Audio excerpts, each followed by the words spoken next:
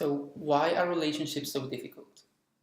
This was a question that I had in my mind when I was younger, and it was a question that somehow set me in a path towards learning A Course in Miracles. This question was mainly formulated towards romantic relationships. I had a great deal of difficulty having a romantic relationship because I was a very, very shy person when I was younger. And not only because I was shy, but also because I thought that attaining a romantic relationship meant a great deal of effort regarding convincing this other person that you are worthy of being loved, and not only convincing but maintaining that level of interest of this person on you. So I thought back then that it was my responsibility, and I had to do a lot of things, I had to do a lot of effort in order to have someone who could love me. But not only I had problems with romantic relationships. When I was younger, I also had a very chaotic relationship which was with my mother. In this relationship, well, we would fight all the time, we would blame each other all the time, and well, it was not peaceful at all. And it took me some time to realize that the relationship with my mother was being repeated over and over again onto other relationships in my life, especially in those romantic relationships. I could not see this in the beginning, but I could see the few people that came into my life as a romantic relationship were just bringing again and again the same problem. When I was at college, for example, I had a girlfriend and I was arguing with her, and the only thing I could think about was how come this person that I just randomly met in this very random place is bringing the same problem to me that I was having with my previous couple. How would that be possible? Is it because all women are the same? Is there something wrong in me that is somehow magically attracting these people to my life? Well, I didn't believe so back then, but I didn't believe either that all women were the same. That's usually a common question in my workshops. People would bring this question to me like, how come all men are the same? How come they behave all the same when I meet them, when I relate to them? And I ask back, what is the common thing? What is the common factor between all your past couples? And they would usually say, well, what they have in common is that they have a problem with commitment, they have a problem expressing love, they have a problem accepting love. They would go expressing what is the problem with all of them. But the truth is, and this is what I usually tell them, that the only common thing they all have is yourself. So in my case, the only thing all my girlfriends had was myself. How does that sound to you? So obviously it was me, something in me that was somehow, I didn't know at the time, that was somehow bringing this problem up. Somehow casting, like a magical thing, it seemed to me, casting this magic onto these people so they could affect me. At the time I would imagine that there was some sort of evil god having these two levers. One would be up and the other would be down, but never both levers up at the same time. Those levers for me were like, if a person is loving with me, then that person would be unable to be with me for any reason. And if a person was able to be with me, I was not interested in that person. So I always thought of this evil god never making those two conditions match at the same time. So for me, there was some sort of magic happening there. But I could not understand back then that all relationships we have in our life, absolutely all of them, are the relationship we have with ourselves and the relationship we have with God by proxy. So the way we perceive ourselves is the way we perceive God, and the way we perceive God is the way we perceive the world and every other relationship in our world.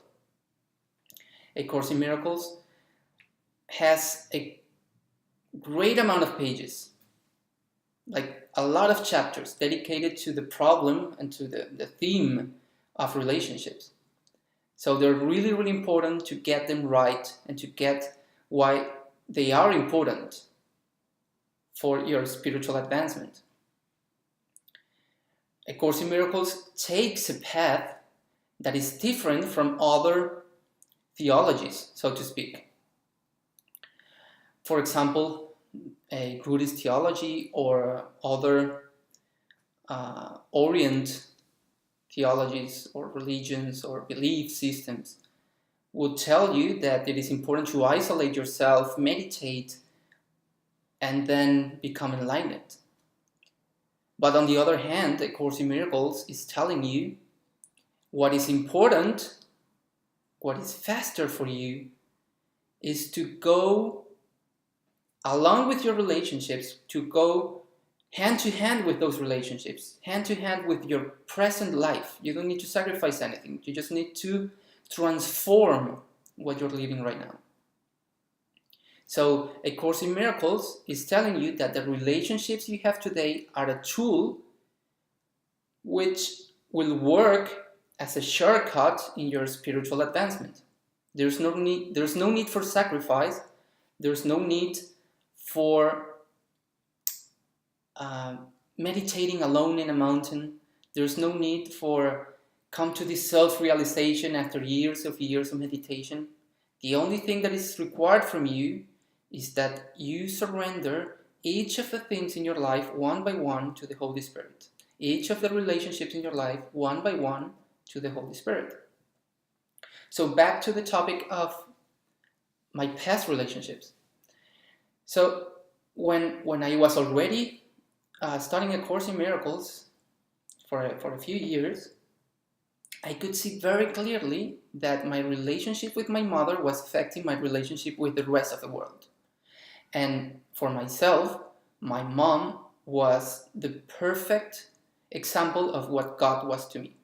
It was a vengeful God, it was a random God, it was a chaotic God, it was a non-spiritual God, one that would punish you, one that would not love you all the time, one that would sometimes show you a bit of love, at the same time withdraw it in other areas of your life. So this relationship that I had with my mom, I had to fix it in order to perceive correctly my relationship with my partners, with my friends, with my teachers, with God Himself, and with myself. I didn't know at the time that this was true. For me, the problem that I had at the time was my mom. I did not know that this problem that I had actually with my mom was the problem that I was having with God in my mind, in the idea that I had separated from Him. And this is the truth of everything in this world. All the relationships that we have are a metaphor of the separation we think happened with God. So I'll repeat that again. All the things that happens in this life, all the things that happen to you, to everyone else you see, are a representation, like if you were watching a movie, they are a representation of the moment you thought you separated from God.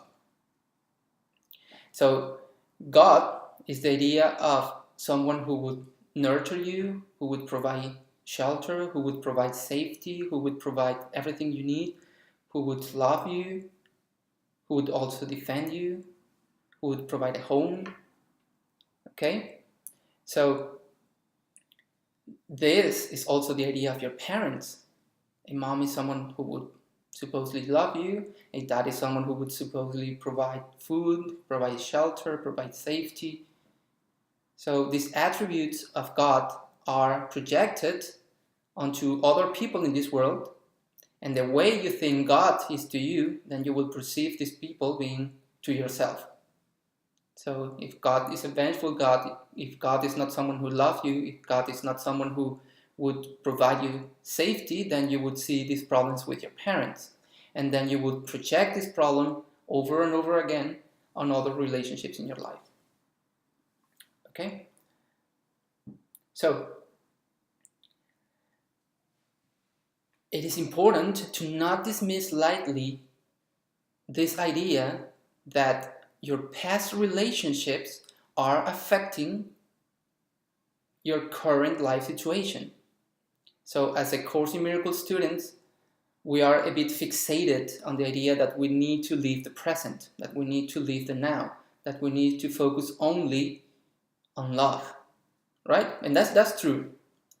But what A Course in Miracles is telling you as well is that you need to look at your past relationships as a way, as a tool for fixing the relationships that you have today.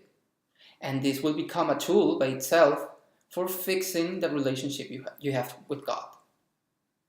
Does that make sense to you? So, I'll repeat it again. Do not dismiss lightly the idea that you have to look at the past for fixing the relationships you have problems with today. Okay? So how do we do this? How do we fix the relationships we have today by looking at the past? So the first step is to overcome the unwillingness to forgive the past. There is a lesson in A Course in Miracles saying that I am never upset for the reason I think. I am always upset because of my own past. And, well, this is true. So the unwillingness to forgive the past comes from the idea that you have to fix things in the now. Okay?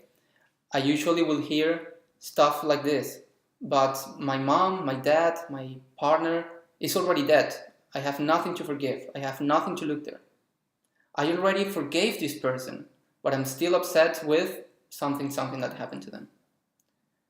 Or this happens more in A Course in Miracles students. They would say that they would only send love and send forgiveness and send happiness and light to this person so the problem is fixed. That is also unwillingness to forgive. So willingness to forgive is the willingness to observe what happens inside yourself when you have this problem in any relationship. And you, with this observance, you will realize immediately that there is a pattern repeating over and over again from a very long time ago that is, well, bringing you to this point where you're upset, where you're not happy, where you are not in peace. So I will give you a tool for you to look at the problems in your life back in the past and then forgive it. And the tool is this. The first thing to overcome the unwillingness is to observe, as I already said. So let's observe, pick a problem that you have in your life.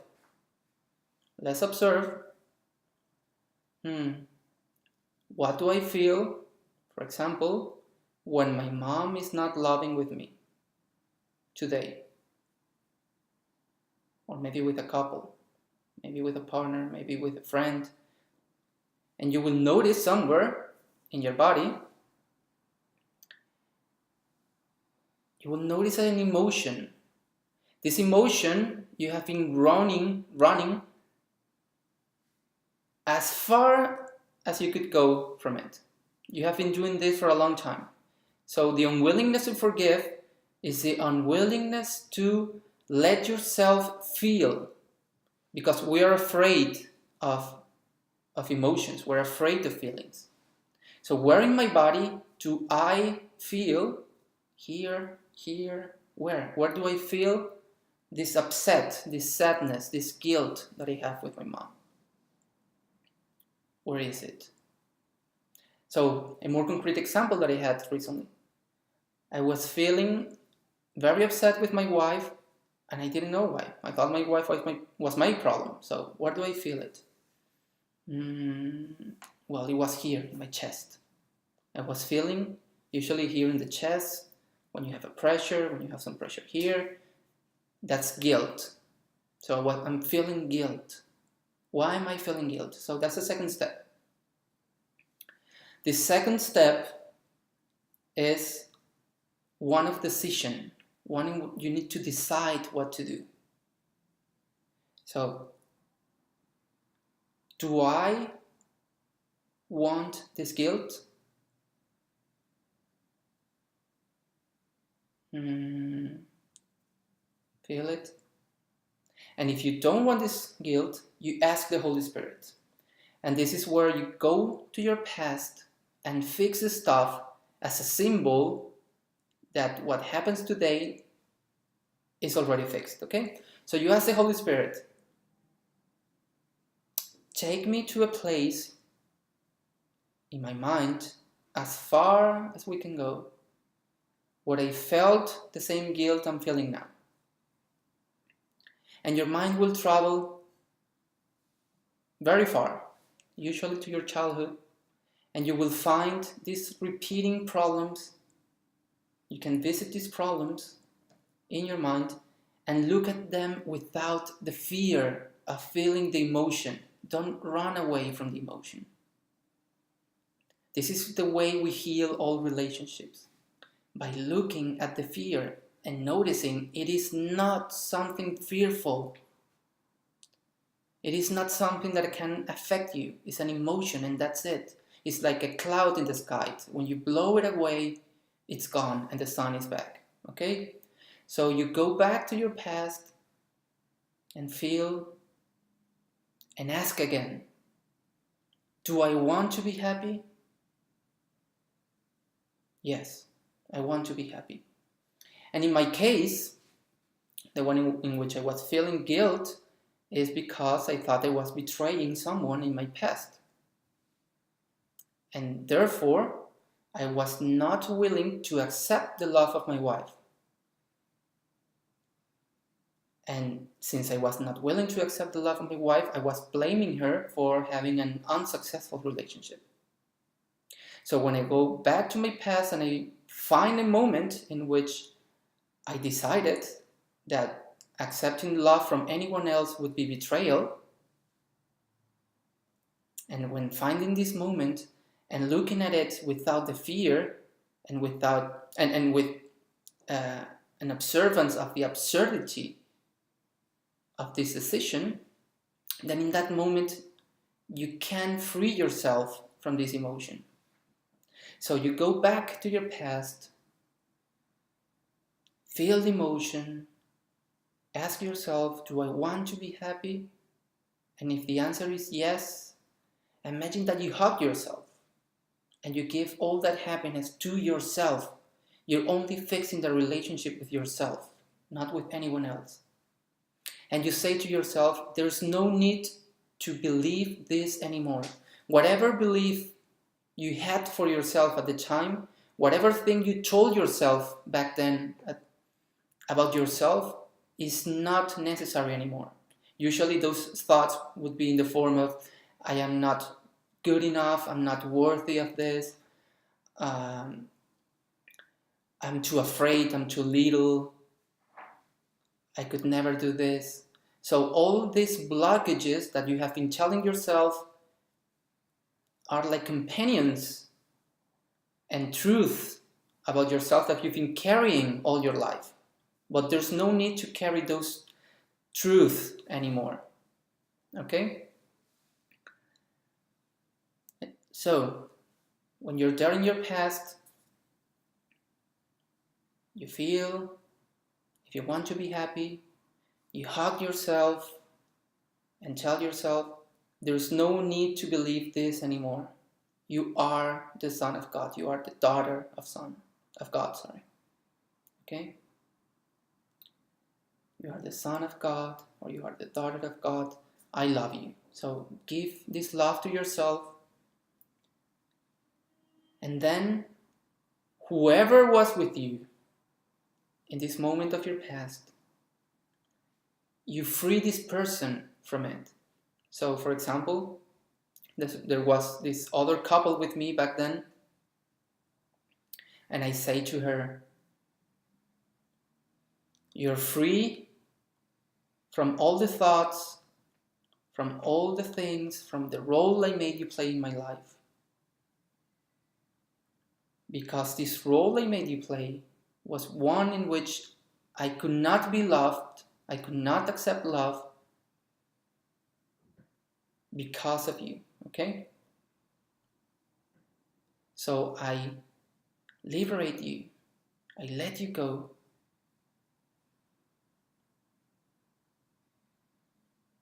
Good. So when you do this, you can come back in your mind to your present and then assess. It's like a test. How do I feel now with my current problem, with my current couple, for example? How do I feel now with my mom, with my friends, with my job, with whatever relationship you have chosen for practicing this? And if you have done this correctly, most of the time, you will feel a sensation of relief, that there is no more problem. And then you become thankful for this person in your life. Thank you for showing me that I had this blockage in my life. Without you, I couldn't have advanced so much today. So instead of blame, the sensation that arises out of this exercise is a sensation of gratitude. And how lovely is that?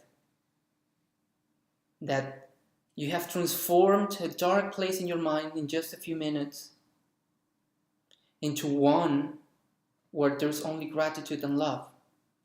Not by sending love, not by denying the problem, but by looking at the absurdity of your past decisions. The only reason that you were suffering today is because you took a silly thought and thought it was real, that it was true for yourself. And that is the repetition of the separation of God.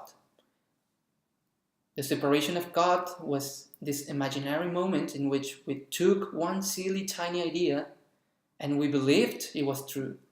And from there on, all our relationships, all our world, everything that happened appeared to be the same as this silly idea.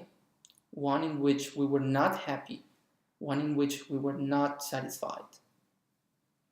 But if we go back to all our past relationships, it's like a carpet that was unfolded, and then we fold it back little by little, and as we go back, we remember, oh, okay, I remember what my origin is. I remember where my starting point was. I just need to follow this path. I don't need to go randomly around and around trying to fix problems in the present when I can just go back in time and fix my problems there. There's a good explanation of what I'm telling, I think it's in chapter 2 of A Course in Miracles, about the usage of time and how time actually goes back instead of forward. But I'd rather let you experiment with it. I'd rather let you feel this instead of just reading about it. So relationships are a tool for going backwards, back to the moment in which you thought you separated from God, and realizing that that never happened, that there is no need for that moment. There's no need to repeat a moment that never happened. Relationships, then, when you use it this way as a tool, they are healed. but they can only be healed at the level in which the error occurred. And this is important to understand. When you have a problem in a relationship, often we want some sort of solution. Okay? So this is usually your ego telling you the specifics of how the solution will look to it. But when you go to your past and fix the belief that created this moment, when you fix this, then the error has been corrected at the level where it occurred. And the form of your relationship will therefore change accordingly, because the causes that brought the relationship to that moment will just vanish. It will be almost as they never existed. So when you find yourself trying to fix a problem with a specific solution of how it should look like, I'm going to give you a concrete example. Usually when a Course in Miracles student wants to fix a relationship, it comes in the form of, I should do nothing about this, it should just fix itself, it should just be magical, it should just be love, we should just accept each other all the time. So those are usually the specifics of the ego, how the ego wants the situation to appear to it to be acceptable. But the error is not there, it's not in the form, it's not in the behavior of the other person. The error is in your mind. When you change your belief about your past, it will change your belief and your perception of this present relationship. And the conditions that you have set in your mind for evaluating it as a successful relationship will just vanish as well. Therefore, the form that it takes will not matter. It might be there's still some sort of perceived conflict between you and this other person, but the sensation of peace that you have inside will never leave you. And that's the form in which the errors are healed. Having said this, it's also very common that the form, like in the physical level of relationship, change once you forgive. My best example would be with my mother. Once I forgave her fully in my heart, my mom, from my worst enemy, became my best friend. And she remains like this to this day. And for me, I'm so grateful it happened this way. Because in my mind, the solutions for dealing with my mom were completely the opposite of this solution. I would have never imagined or ever wanted to be best friend with my mom. But this is the way it happened. For me, the solution would have been to live very, very far away from her, or to, I don't know, something that did not involve her in my life. But having her very close, at least emotionally, or just by crying to her and sharing moments with her, was never something that I imagined. But that's how it happened. And this experience that I've had with my mom, I also had it with a lot of other people as I forgave. The relationship transformed in the physical level as well, because the cause of it was also fixed. So I'm close to the end of my talk. I really hope you have questions about this technique. I will just summarize it before closing, and it is: observe how you feel, decide that you do not want this anymore, ask the Holy Spirit to take you far away in time, to a moment where you felt the same way. If you do this a lot of times, you will see that there is a pattern.